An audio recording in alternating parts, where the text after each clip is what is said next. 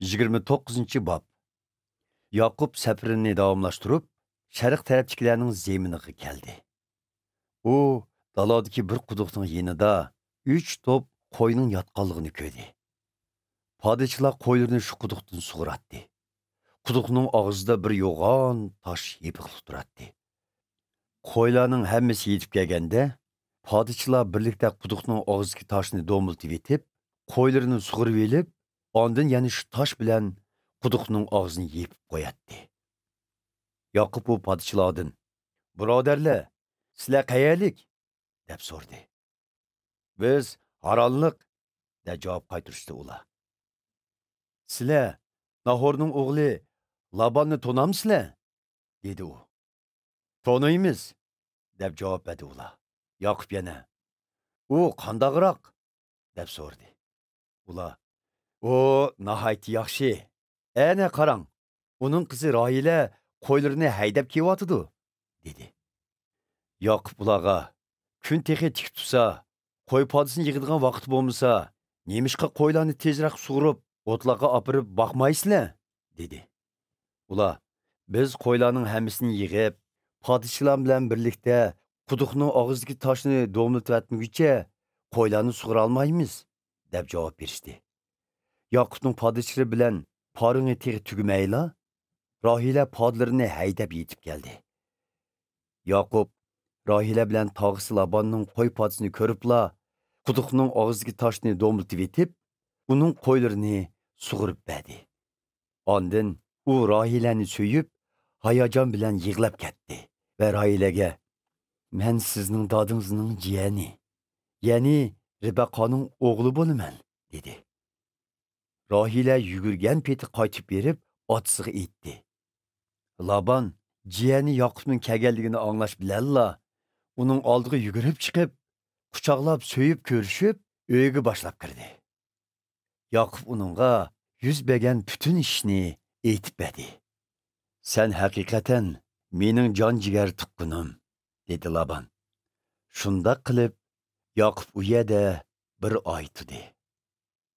Bir kuni Laban Yaqubga: "Sen mening jiyanim bo'lsangmi, menga bekorga ishlab bersang bo'lmas. Aytqin, qanchalik ish haqi talab qilasan?" dedi. Labanning ikki qizi bo'lib, cho'ngining ismi Liya, kichigining ismi Rohila edi. Liyahning ko'zlari nursiz edi. Rohila bo'lsa go'zal va kelishgan qiz edi. Yaqub Rohilaga oshiq bo'lib qolgan edi. Shunga u: "Agar siz Rohilani menga bersangiz, men sizga 7 yil ishlab beray" deb iltimos qildi. Laban uningga: "Uni boshqa biriga berganimdan sanga berganim a'lo. Sen mening yonimda tur" dedi. Yaqub Rohilani ilish uchun 7 yil ishlab bergan bo'lsa-mu, bu kunlar uningga bir necha kundaqla bilindi. Chunki u Rohilani bakmi yaxshi ko'ratdi. 7 yil to'shqanda Yaqub Labanga: "Biz kelishgan vaqt to'shdi. Qizingizni nikohimga bergaysiz" dedi. Buning bilan Laban to'y ziyofati tayyorlab, shu yerdagi hamma kishilarni taklif qildi. Lekin to'y kechisi Laban Rohilaning o'rniga Liyahni berdi. Yaqub uning bilan bir o'rinda yotdi. Laban dedaklaridan Zilponi Liyahga dedak qilib berdi. Faqat tong otqandila Yaqub ayolning Liyah ekanligini bildi.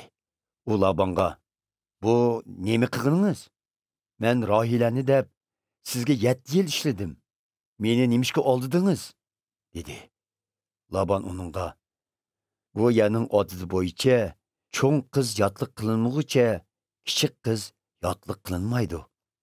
Liyah bilan ishqinglarning bir haftalik to'y murosimini o'tkazgandan keyinla Rohilanimi nikohingga olsang bo'ladi. Biroq uning uchun menga yana 7 yil ishlab berishing kerak" deb javob berdi. Yaqub ma'qul bo'ldi.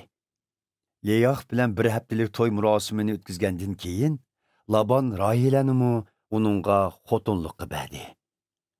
Laban dedaklaridan Bilhoni Rohilaga dedak qilib berdi.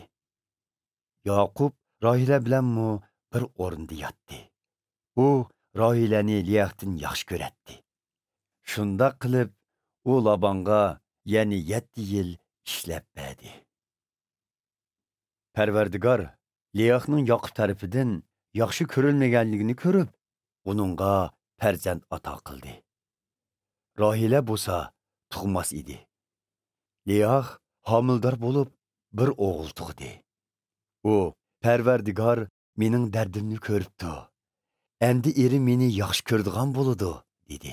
Shunga u bolaning ismini Ruben, dardimni ko'di deb qo'ydi. U yana homildor bo'lib, ikkinchi o'g'lini tug'di. U Parvardigor menga bu o'g'ilni berdi, chunki mening yaxshi ko'rilmaganligim uningga yetibdi, dedi. Shunga u bolaning ismini Shimon, u angladi deb qo'ydi. U yana homildor bo'lib, uchinchi o'g'lini tug'di. U endi erim menga texmi yaqinlashidi, chunki men uningga 3 o'g'il tug'ib berdim, dedi. Shuning bilan bolaning ismini Lavi, yaqinlashish deb qo'ydi. U yana homildor bo'lib, 4-chi o'g'lini tug'di. U endi men Parvardigorga matiya o'qay, dedi. Shunga bolaning ismini Yahuda, Matiyat deb qo'ydi. Shundan keyin u tug'madi.